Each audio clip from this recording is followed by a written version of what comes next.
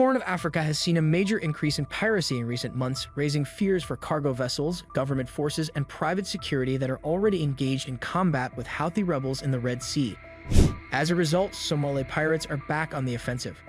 We are considering the possibility of revising the IMO's anti-piracy guidelines to incorporate new risks and technological advancements that may impact the security of mariners, an official stated.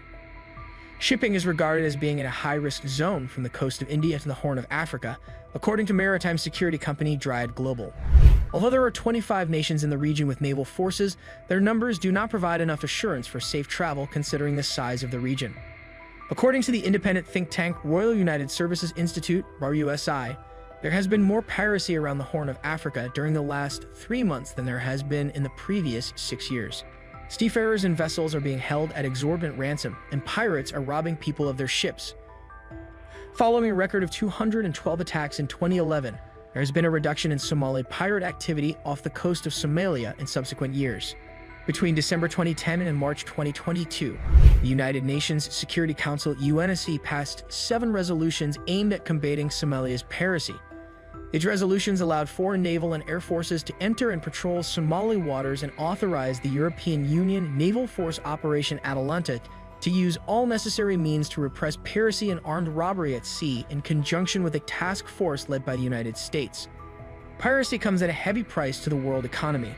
According to a 2013 World Bank research that is frequently cited today, piracy costs the world economy over $18 billion a year. The UNSC claims that on December 3, 2021, the anti-piracy measures that have been put in place to protect the freedom of navigation off the coast of Somalia quietly expire after being renewed for a further 3 months. About 20% of Somali piracy-related incidents since last November have targeted merchant vessels, according to Dan Mueller, head analyst for the Middle East at maritime security company Ambray. The International Chamber of Shipping announced on December 14 that a Handymax bulk carrier had been successfully taken over, marking the first such incident off the coast of Somalia since 2017. The pirates have also attacked numerous other small boats, including skiffs and fishing vessels, the majority of which are Iranian. Globally, ocean piracy is on the rise. According to data from 2023, piracy is increasing in important worldwide shipping channels by several important metrics. The annual Piracy and Armed Robbery Report of the ICC International Maritime Bureau (IMB) states that there were 120 occurrences of maritime piracy and armed robbery against ships documented in 2023, down from 115 in 2022. The IMB also discovered heightened risks to the safety of crews, with a rise in hostage situations from 41 to 73 in 2023 and a rise in crew kidnappings from 2 to 14. In an email to CNBC, a representative for the International Maritime Organization IMO, which stands in for seafarers, emphasized that ships and cargo should not be the subject of any type of attacks. This is because the entire world depends on international shipping and seafarers. Seafarers are innocent victims who are merely performing their professions in extremely difficult circumstances, so their safety is of utmost importance. The UN Security Council is not presently involved in piracy off the coast of Somalia, according to a statement from the US mission to the UN that was provided to CNBC. The United States government funds the United Nations Office on Drugs and Crime, which carried out a roughly $4 million project to enhance the training and mentoring of investigators of maritime-based crimes in East and Southern Africa. Despite this, a spokeswoman stated that the United States remains committed to strengthening the capacities of partners to disrupt arms smuggling and related maritime crimes in the Horn of Africa and the Gulf of Aden.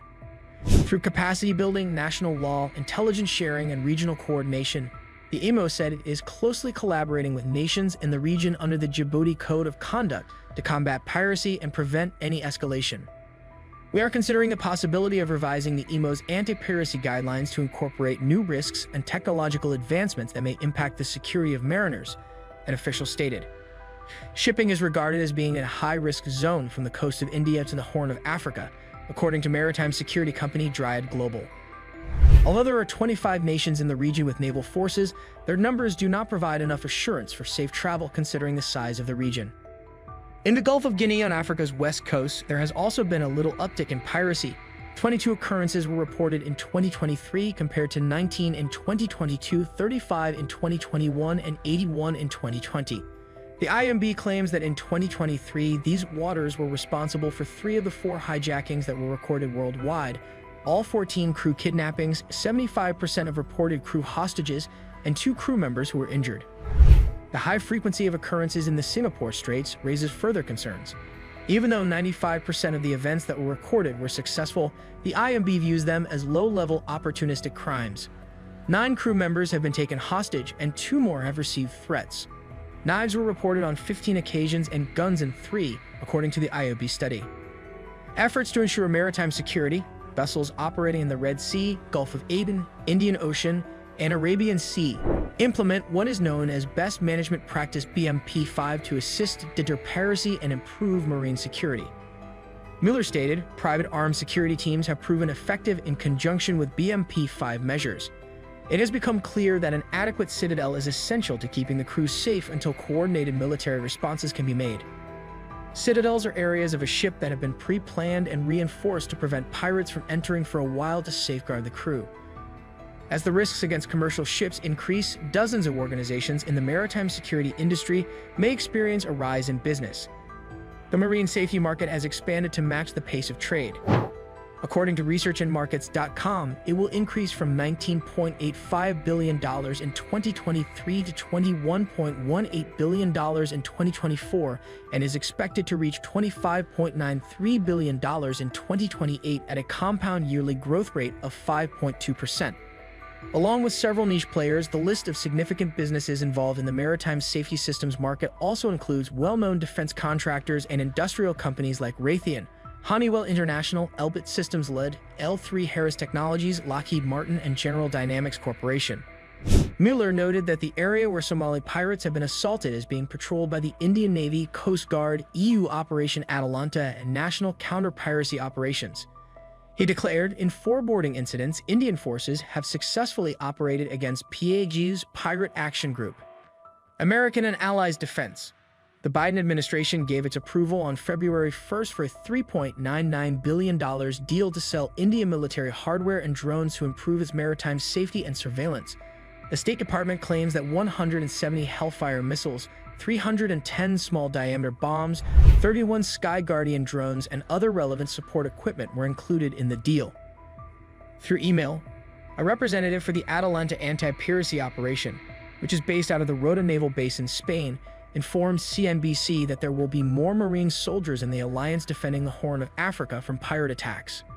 "We will be deploying more ships and troops to the area in a week," the spokesperson stated. "We will exert every effort to carry out our responsibilities, which encompass combating piracy and safeguarding World Food Program ships, as well as any other boats that may be at risk inside our area of operations from these illicit organizations. To maintain maritime security, we will continue to collaborate with our international partners." Atalanta consists of the ESPS Victoria, which serves as the permanent flagship, and many smaller vessels that are called upon to support the mission when needed. 4 additional ships from EU AVFO are now providing support. It's Martinengo, S. Alcis, FS Languedoc, and it's Giulio.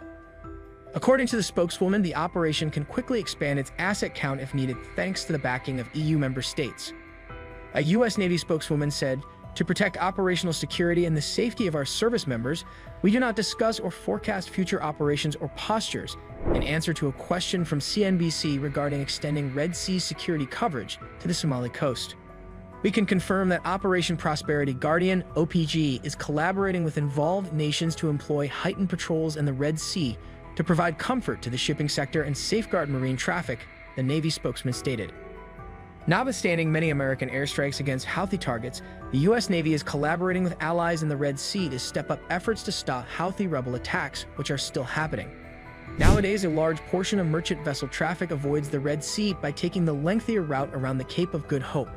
A person familiar with the situation claims that CMA-CGM, a French ocean carrier, is one of the companies that has completely stopped its Red Sea transits. It joins other major maritime companies such as MSC, Maersk, and Hapag-Lloyd that had previously declared they were pulling out of the Red Sea.